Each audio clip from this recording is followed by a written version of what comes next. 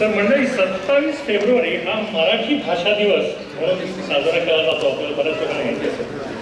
तर ह्या दिवसाचा मुहूर्त साधून 27 फेब्रुवारी 2010 रोजी कौशल इनामदार यांनी मराठी अभिमान गीत हे सर्व मराठी भाषिकांना बहाल केले.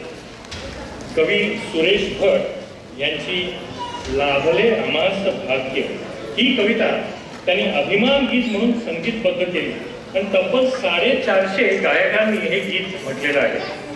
तर आता हेच गीत आपल्या समोर सादर करत आहेत मराठी शाळेचे आपले हे विद्यार्थी. मी अर्चना सोमणे, MMDच्या ट्रॉय शाळेची समन्वयक किंवा कोऑर्डिनेटर, आणि माझ्यासोबत दीपा इंगळे, कॅन्टनच्या शाळेची समन्वयक.